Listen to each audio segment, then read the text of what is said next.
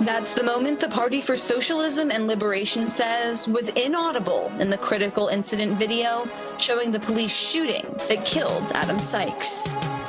Today we tell Mike Brown and the ruling class that we won't be divided. We've seen these tricks before. Immigrants are not dangerous. Capitalism is.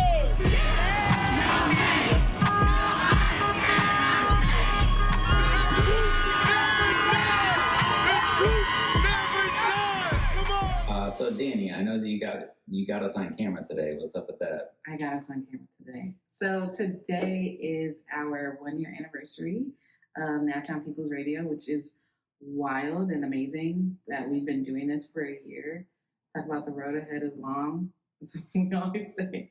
But like, we've been doing a weekly podcast since June 11th of 2025. And that first episode, which you can check out on our website, naptownpeoplesradio.com, the first episode, we were talking about the IMPD's listening sessions. And if you've been around since the beginning, or if you've heard that episode, if you haven't, you should check it out. It's a really good episode. But, you know, IMPD this was their 6th listening session. And just like the previous 5, they weren't actually listening. They weren't actually listening to the people at all. And they had, in fact, paid Taylor Advising, which is like a local like consultant firm, $20,000 in order to like run those meetings. Because they could have given me that money. I could have ran the meeting. Yeah. Derek could have ran the meeting. Any volunteer could have ran a meeting. There's only one conclusion: we start a consulting firm. We gotta start a consulting firm. That just don't work for the cops. Yeah. That's what we gotta do. Like $20,000 to run a meeting. I do that stuff for free. Yeah, like, that's all we do here. Yeah. I'm like, I can do that. If you, it would be interesting to see how many meetings we conduct here, and just tag 20,000 onto it. See like how much money we would cost taxpayers in a week if we were like to operate like they do. You know, that's actually a really good point. I would love to see that study. Actually, we should maybe do that because it's a lot of meetings. But $20,000 for a listening session in which they did not listen to people, and this was just to put it in perspective, right? Like Adam Sykes had just been killed. Jada Traynor was still facing the harassment from the cops over at Eskenazi Hospital.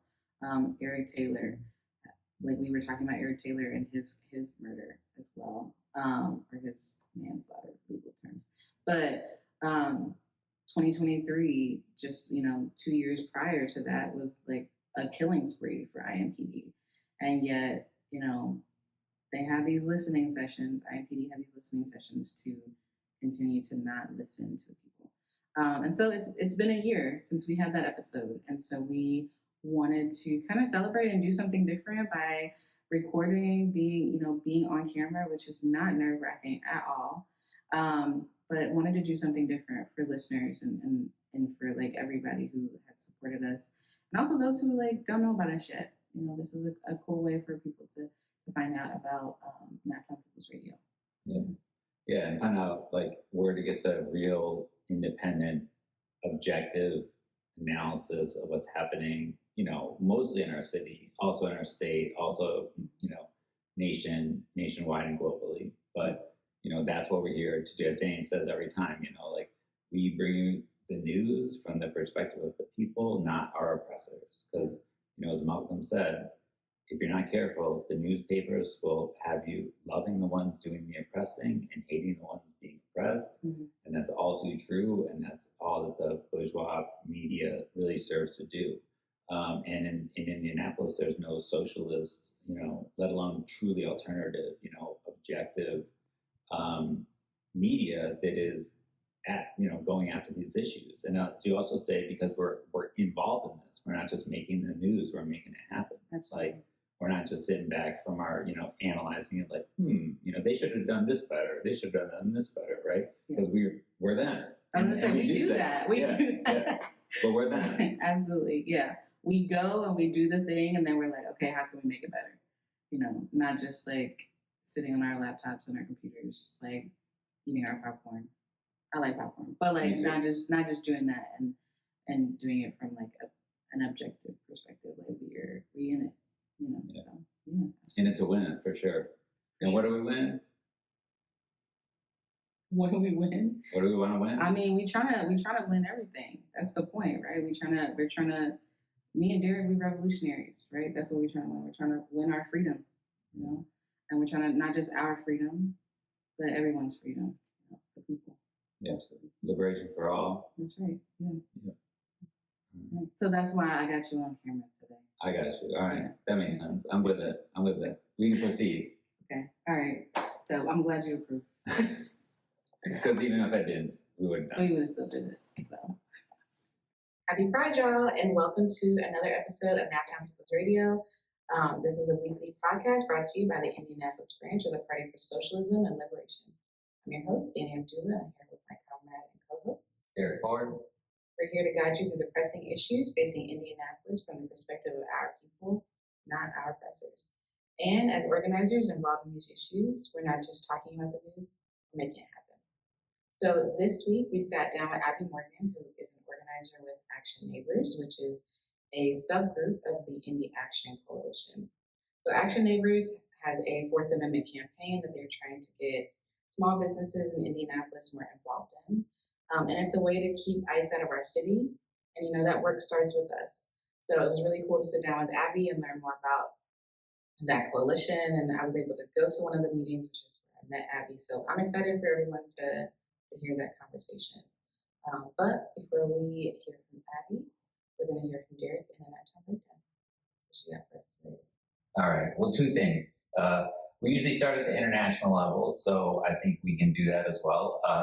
We're thinking about, as we've been talking about the rise of China, the decline of the U.S. empire, and how it's manifesting right now in the U.S. war against Iran, which has been, ongoing for, really decades, ever since 1979 revolution, through the assassination of scientists and, other covert means, the fomenting of the quote-unquote green movement in 2009, 2010.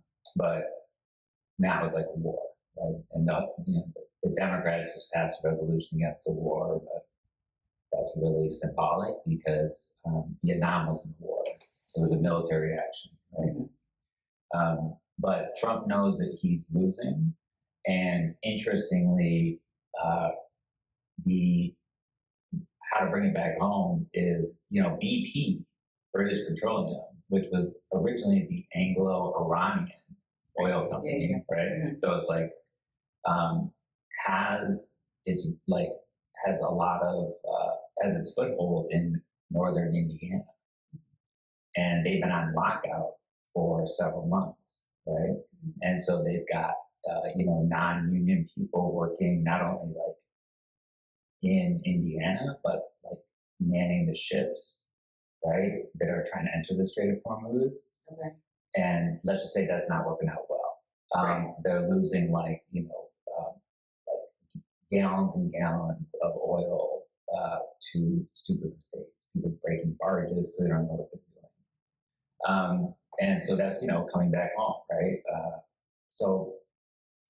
And what does oil do? Provides energy in this economy. And so all of the news lately for a long time now has been the data centers. We've been struggling against them when they popped up. We continue struggling against them. And as the rush for them continues, reporting done by WTHR has found that data centers are currently incurring a loss of $655 million in potential tax revenue. So the biggest winner is Amazon. They're getting $611 million of these abatements. And what's interesting is that a couple of months ago, we were told that they wouldn't exceed $1 million. Right. And now they're at least $650 million. Yeah. So AES is lying to us. All these people are lying to us. Are you surprised? I was going to say, that's so shocking. Oh my gosh. That's sarcasm, just in case no one gets sarcasm. I feel like they can probably get it better on the face, but that's fair. That's fair. Yes. No. Why would I be surprised? The people who, I don't know if y'all have been paying attention to the little neighborhood meetings that AES was supposed to be like having with people, where they're like, yeah, we want to answer your questions. Do you have questions about your bills? And people are like, okay, yeah, bet. And we're planning to show up in droves because people's AES bills have been astronomical. And they're like, oh wait, actually we're gonna look into this more. Because of threats. Yeah. Without naming a single threat. Right. Because who's threatening you? the only threat was like they would have to face the public. Yeah. You know, because let's face it, these are monopolies. Yeah. Like you and I can't start like an energy company and like, you know, these are monopolies, and so they should be controlled by the people. Absolutely. Right. Yeah. They should also be just human rights because everybody needs electricity. Everybody needs those things. Yeah. Yeah. And so, you know, and I encourage people to look into AES locally, nationally, see who the president is, see what other realms of the city they're involved in. You might be surprised to, you know, at what you find. So the same politicians, you know, who solicit funding from developers, give them these generous tax breaks, are the same ones that tell us we don't have money to improve, you know, our schools, our infrastructure, our public health, you know, childcare, right? The same ones stripping away everything that we actually need and just giving it to these billionaires. And as a state, we are on pace to lose over $1 billion per year in these tax abatements. So that's $1 billion that serves to line the pockets of the wealthy, right? While the cost of living rapidly increases in the state, I don't know about you, but my wage is stagnant, which means it's a big decrease. So you think about how many problems in Indiana could be eradicated overnight with $1 billion. Just think about that. Yeah. $1 billion. Well, we can do that over like instantaneously, right? Which shows that, and that's what we would do in a truly democratic system. Absolutely. And we could do it quickly. But that would be one where we put the interests of the public and the people are in charge, you know, above the interests of the wealthy. But, you know, it's just a good thing to think about what could be accomplished because we can do it, right? We can absolutely do it. And that wouldn't take a revolution, right? No, that's not not a revolutionary idea, right? Like, I feel like that's kind of like... It's how it used to be for a long ass time. Yeah. I mean, that's how it should be, right? Yeah, I mean, there's so many things that like the city of Indianapolis could do with $1 billion, right? We could hopefully have, Abby and I talked about this, but like hopefully we could have better roads and not just like in Meridian Hills. We can, you know, kids could like, I don't understand why kids have to pay for lunch. Like you go to school because you have to go to school and then you have to pay to eat somewhere that you have to eat for 8 hours. It's wild. Like maybe kids could like have just free lunch. You don't have to qualify for free lunch. You can just get free lunch. It's fine. You know, like, you know, just some basic things: roads, education, food. You know. Yeah. I guess they're all flying helicopters around. Their kids are going to private schools, and so they don't care. Yeah, they don't care. They're so detached from the everyday reality on the ground. Absolutely. Speaking about people who don't care, actually, they are on the ground in many ways. But we've been covering the firestorm that is the Indiana State Prison, which is Indiana's oldest prison, I believe 165 years old. And WTHR, again, did some incredible investigating, and they released a documentary, I believe it's called Burned Alive. Is it? Yeah. And I encourage all of our, you know, listeners, viewers to watch it because it's hard, but it's real, right?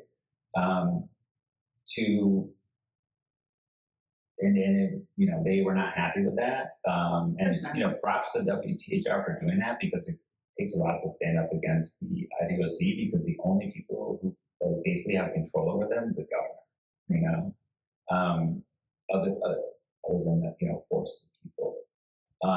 And so I wanted to talk about the fact that like a couple of lawsuits that have been pending and they're in process, as well as the fact that now Mike Braun, that he's aware of the situation about 4 months later, has ordered the new, you know, head of the DOC to take immediate and swift actions.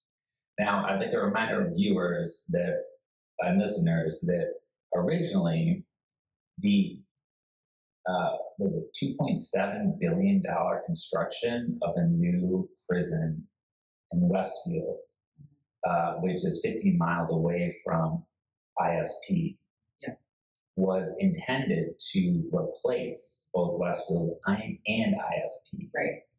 And then only a couple of years later, the head of the DOC walked that back and said, well, no, we got to keep ISP open for some time after that. And that's while they know it's been going on since 2017. They know that these fires have been killing inmates. Sending them. After the release of the documentary, one man was flown to the hospital with 60% burns over his body. They had to amputate his legs and arms. Another flown to the hospital, 80% of his body. They amputate his fingertips. And it's just, it's just horrendous the way that they treat these people. And so what does the, bronze appointed DOC head do but say, okay, we got to take immediate swift action. First thing, D block, where all these things are happening, we're going to cut off the electricity and lights. Second thing, we're going to do more shakedowns. Right? We're going to have, prisoners, they're going to have less privacy. We're going to take away their electronics, which they're entitled to have, right? We're going to make them sit in the dark, basically.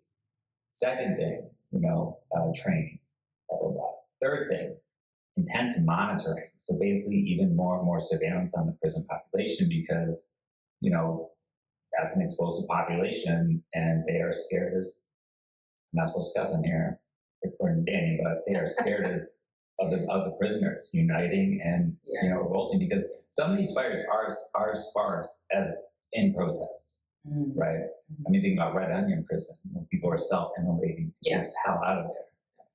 But protests but the guards don't care. So even if they're trained, if they don't care, they're not going to. Right? And so I just want to bring that up because our brother Shaka Shakur has been talking about that. It's how is nobody else talking about this in this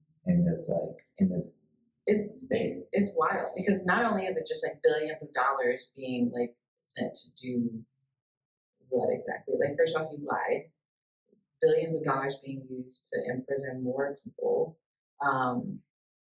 and these people are being maybe let's not say that, but people are being burned alive, literally being burned alive, whether it's on purpose or not. I feel that's just basic human decency to be hey, maybe we need to figure out a way for people to not be burned alive. It's literally your job to take care of these people, protect these people, whatever the case may be. And they're dying under your watch. As far as there's so many human rights violations that are going into this entire thing. I'm thinking just off the bat, okay, we're just gonna cut the electricity and people are sitting in the dark. You literally can't do that. What are we talking about right now? You can't just have people sit in the dark. That's a safety concern also. That's also just this isn't necessarily the same as isolation, but that's a human rights violation. You can't just sit in the dark for long periods of time. Literally, the things that are going to happen to your brain if you're just sitting in the dark is there's so much research out there that that's just basic. I feel that is a basic thing that you should know. You can't do that. You can't do that to people. And you shouldn't. And you just shouldn't. Even if you don't know the research, I don't know, have you ever just been I've never been forced to sit in the dark, but I can't imagine that's it's a great thing to happen. Yeah. You can't read. Yeah. You can't, you have no connection with the outside world. You don't have electronics, so you can't be in communication with their family. And that's a way to isolate prisoners from the outside. So it's another way to try to sever that connection, which is why we got to keep rebuilding that inside outside. Which without a connection to the outside world, without a connection to anyone, right? Recidivism rates, go up, which is what they also want. right? Like they want people to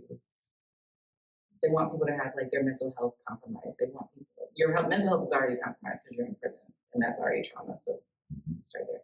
But like you don't have connections with the people that you love and that love you as well, and like that's impacting your mental health. That's going to cause you to like do some things that you maybe normally wouldn't do if your mental health was intact. If you knew that people care about you, but like you're sitting in the dark, you're not talking to people who care about you. You're left alone to your thoughts because you can't even read. Like, who knows what that's doing to you? So, yeah, this is all by design. This is all like, this is all part of their plan to like continue to entrap us. And we talked about this a couple episodes ago. Of, like their plan, they know that like the beds will be filled, right? Like that's what they said. They know the beds will be filled, and this is part of it, right? Yeah, and just a couple more things that I want to go back to 2017, in the case of Joshua Devine. He was burned to death in a cell at ISP, and he died because the IDOC ignored his increasingly desperate cries for help, the cries for help from numerous other prisoners, because they do look out for each other, in his housing unit, and the thick smoke billowing out of the cell and filling the entire cell house. So they had the opportunity and obligation to save his life by opening a cell door and rescuing him from the fire. Instead, they let him burn to death. They didn't open a cell door until nearly an hour after the fire began, long after he had died. So they were aware of the risk posed by fires, and so they brought, in action to hold the defense accountable, right? And then another one is they're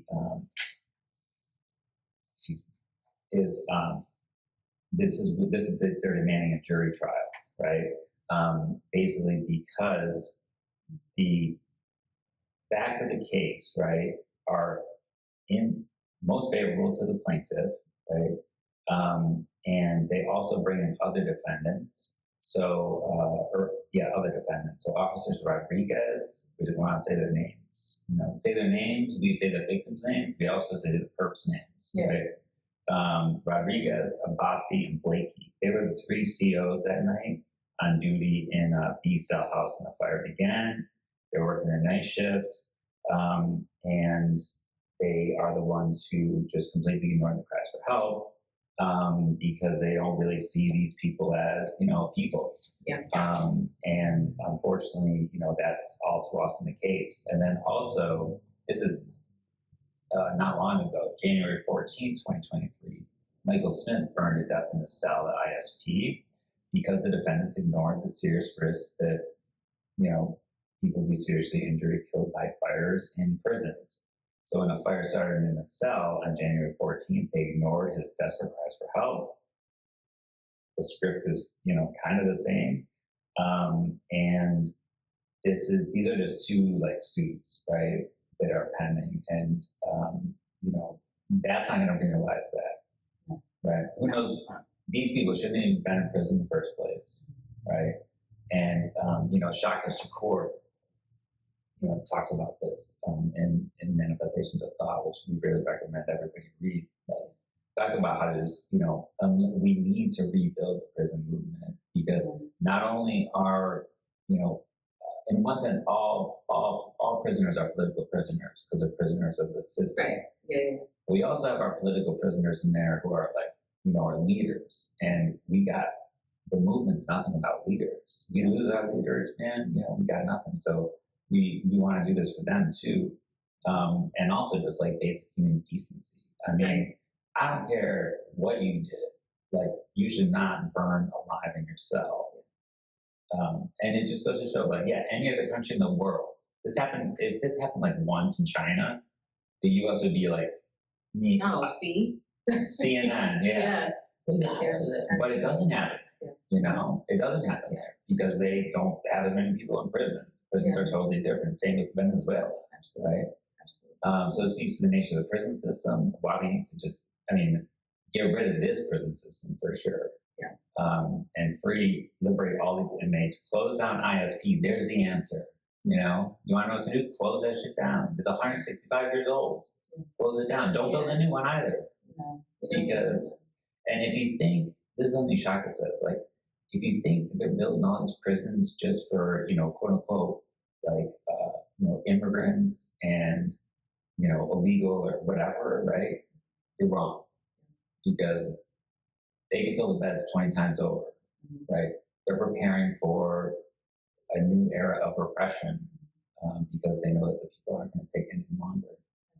And I know there are some people, I've had conversations with people who are like, I know a cop and like, he's nothing like that. First off, you have no idea what they're doing when they're at their jobs.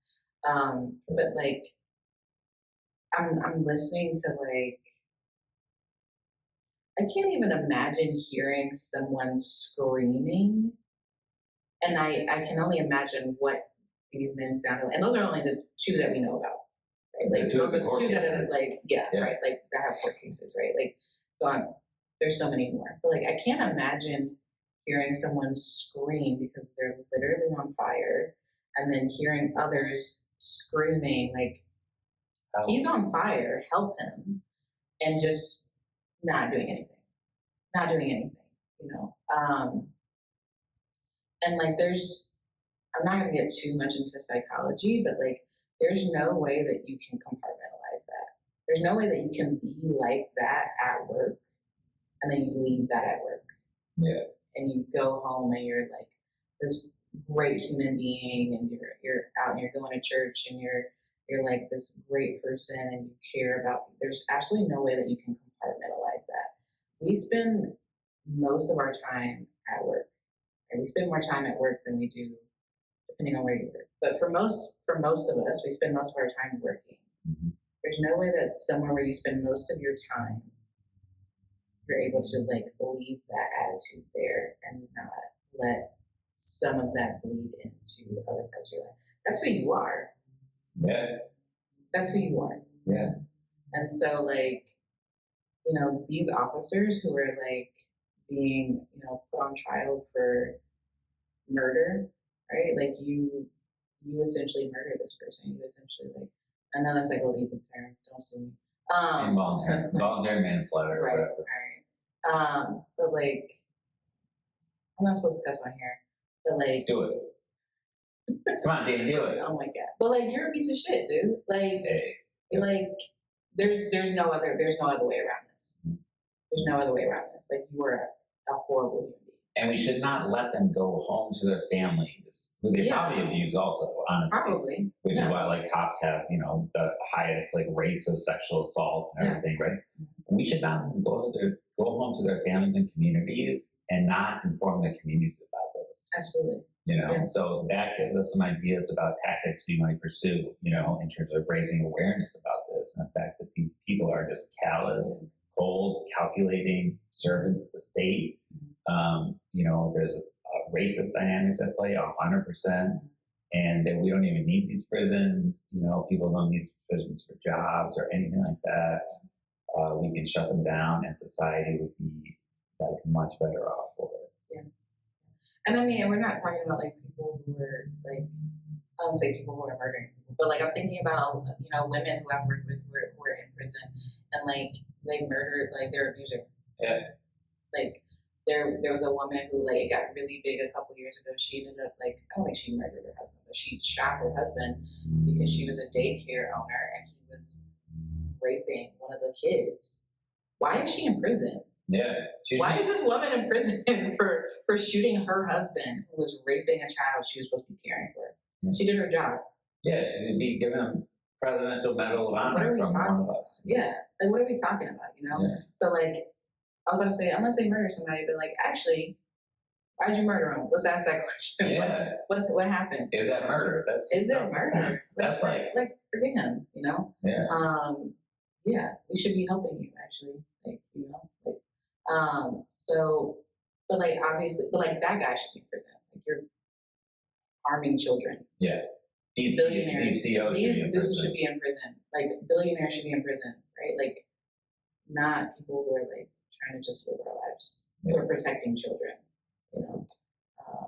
and yet those are the ones who are locked up. People who are like selling weed. Why are you in prison for selling weed? Yeah, immediately, like, just eliminate all that stuff. Yeah. And, a different kind of prison we would want. I think that's important. Yeah. It's like,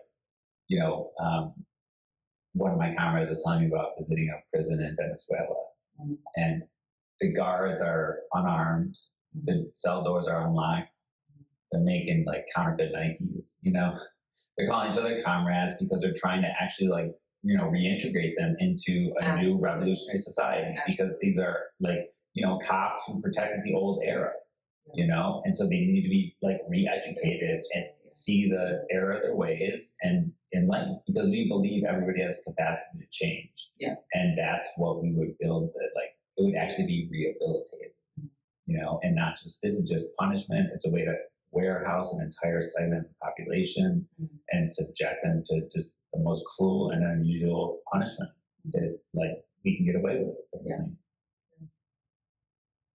So that's why at the Indianapolis Liberation Center, we got Shaka Shakur Freedom Campaign, Coalition of Free Bernadine Bateman. And if you got, if you know anybody in ISP, hit us up. We'll represent for you, not legally, but in the streets, because that's ultimately where the move, things change, is in the streets. The courts, that's one avenue. Elections is another avenue, but the most important thing is that the streets and the workplaces, the factories, the campuses, when people take there, that's when social change happens. All right. I think that's it for the Naptown Breakdown.